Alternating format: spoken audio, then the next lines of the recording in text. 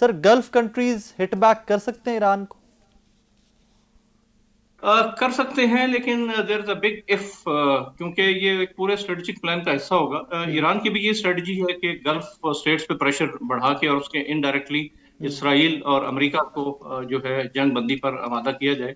हम्म। बल्कि वो तो इसराइल, जो ईरान है, वो तो जंग बंदी की बात ही नहीं कर रहा। वो तो कह रहा है कि अब जितना बड़ा नुकसान उनको पहुंचा दिया गया है, उनकी लीडरशिप को टारगेट किया गया है और इनडिस्क्रिमिनेट हम्म। टारगेटिंग की गई है। हम्म। मेरे ख्याल में ईरान जो है वो अब इसको अपने मंतकी अंजाम तक पहुंचा कर इस पे दम लेगा। एडमिरल साहब, लेकिन सवाल गल्फ फिर यही स्टेट पैदा होता है कि मंतकी अंजाम है क्या इस जंग का?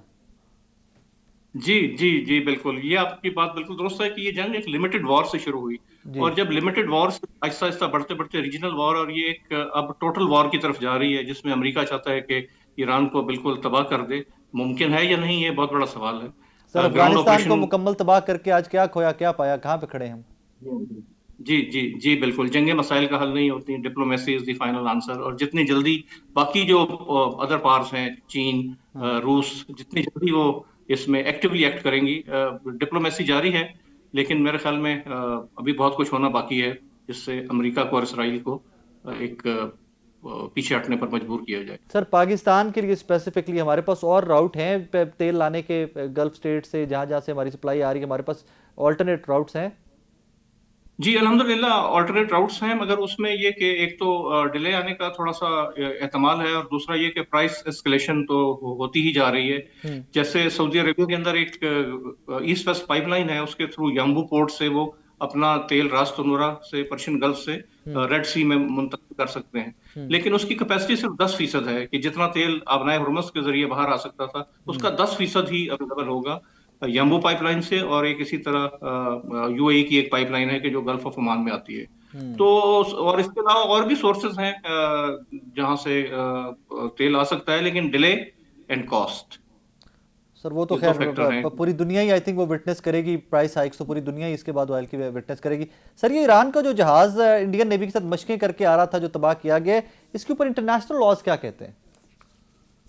जी, इंटरनेशनल लॉज इसमें बड़े क्लियर हैं। आपको पता है कि समुद्री जंगें बहुत पुरानी है, और इंटरनेशनल लॉज बहुत इवॉल्व किया है। हेग कन्वेंशन 1907 के हम्म। ये कवानीन बने हुए हैं। हम्म। उसके तहत एक लॉ ऑफ न्यूट्रलिटी होता है कि अगर दो मुल्क आपस में लड़ रहे हैं, तो हम्म। उनके जहाज आपस में एक दूसरे के बेलिजरेंट हैं या दुश्मन हैं, हम्म। तो वो किसी न्यूट्रल मुल्क के पानियों में पनाह नहीं ले सकते। और अगर हम्म। किसी वजह से वो पहले से वो पोर्ट में हैं, तो हम्म। उनको 24 घंटे के अंदर अंदर जो न्यूट्रल स्टेट है वो निकल जाने का हुक्म दे सकती है। ओके। तो जब इस जहाज को टारगेट किया गया, तो ये इंडिया की पानियों से निकल के, और ये श्रीलंका के जनूब में था। श्रीलंका के भी ये जो टेरिटोरियल वाटर्स हैं, 12 मील तक होते हैं, उनसे भी ये बाहर था, इंटरनेशनल वाटर्स में था। हम्म। तो एक तरह से उसको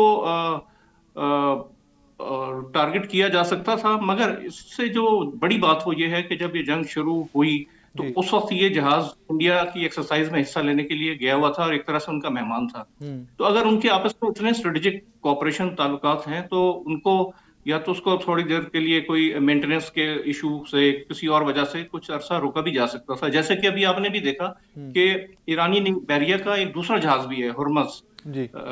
सॉरी, बुशहर, जो कि उनका ऑयल सप्लाई वाला प्लेटफॉर्म है, वॉरशिप है। वो भी इसी, ये जो देना जहाज जो डुबोया गया है, ये इसके साथ साथ इसके पीछे पीछे ही आ रहा था।